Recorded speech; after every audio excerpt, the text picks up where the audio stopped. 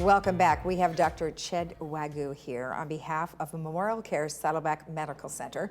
He's a neurosurgeon and he's the director of the stroke program over there. So it's been 17 years since you've been over there, and this is the first time we're seeing you. I am so surprised. They have kept you under wraps.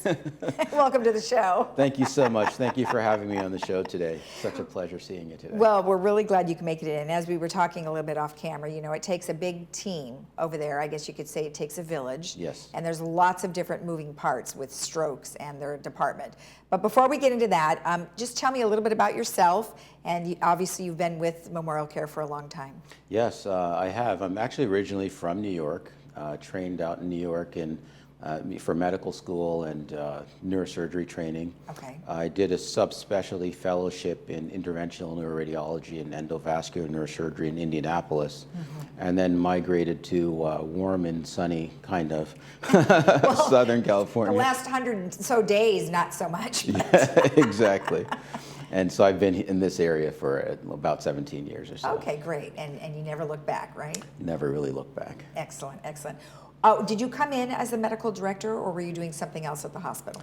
I didn't come in as a medical director. Actually, the Saddleback stroke program started around 2013, 2014, sometime around there. Okay. And so we didn't have a medical director for the first few years while I was in practice. Okay, great. So you just sort of migrated into that, and now you've been busy building up a fantastic team, it sounds like. Yes, it's an incredible team. We have such exciting things that are going on in the hospital now with regards to management and treatment of patients with strokes. Okay, fantastic. So when we talk about strokes, tell me what it is. So essentially, when we talk about strokes, we're talking about brain attack. So what does that mean? That means a patient who was previously normal can suddenly have a sudden deterioration in their neurologic function. And that deterioration a lot of times is due to a blockage of one of the blood vessels that's supplying the brain. And so as with heart attack, with brain attack, time is brain. The longer it takes to reverse this situation, the worse one does. The quicker that we can get them to treatment, the better a patient does. Okay, and what is that time frame? I mean, if you're suffering a stroke, which I know some women think it's not a stroke at all, they think it's indigestion or something like that. Yes. What's their time frame? Quickly. I mean, we're talking within minutes, right? Oh, wow. Depending on how one's blood vessels in the head are put together and the availability of collaterals, one can have only 5-6 minutes of symptoms before things become permanent. Other people can have maybe a few hours. We're able to give the intravenous clot-busting medication up to about 3 hours, safely in most people, and in some people up to 4.5 hours. Okay.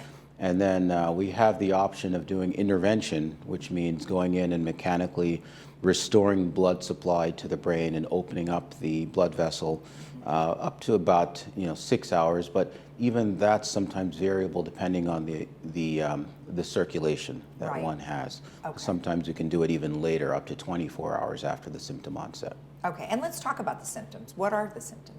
The symptoms are variable. We tend to remember the acronym BFAST, and it essentially will look at the different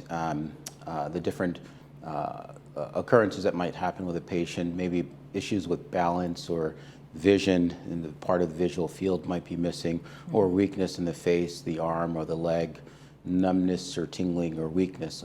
And of course, the most important thing with this is, well, when did that start, which is time. So, and if you break them down, then BFAST is the acronym that we use. Okay, and then when you talk about them having some sort of paralysis or weakness, is it always one side or the other? Variable. So it all depends on where in the brain this is going on. I see. It can be either the right side of the face or left side of the face, right side of the body. Particularly in locations like the brainstem, it can be crossed. So you can have one side of the face and the opposite side of the body. Okay, all right.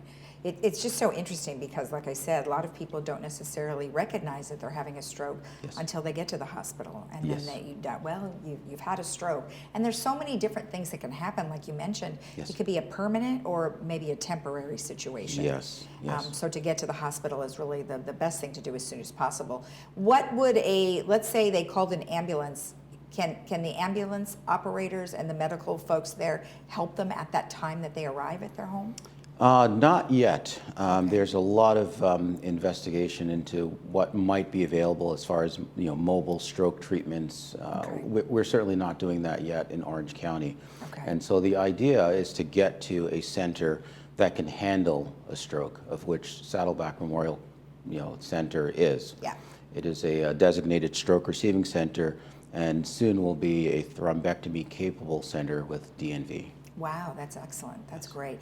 Now, you are going to have a talk that's coming up with a panel of doctors, and this looks like it's going to have a lot of great information. Yes, this is another exciting event that's coming up in the next couple of weeks, I believe. This is on the screen here. It's Monday, June 19th. Yes.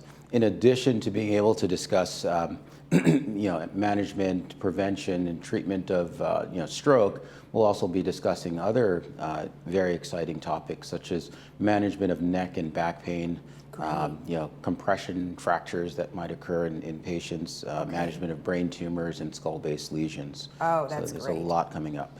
Yeah, it's jam-packed with lots of different doctors, as we are showing on the screen there, which is nice because you're going to have different panels, and that's going to be from 5:30 to 7, which is a good time frame. It's going to be at Clubhouse 5.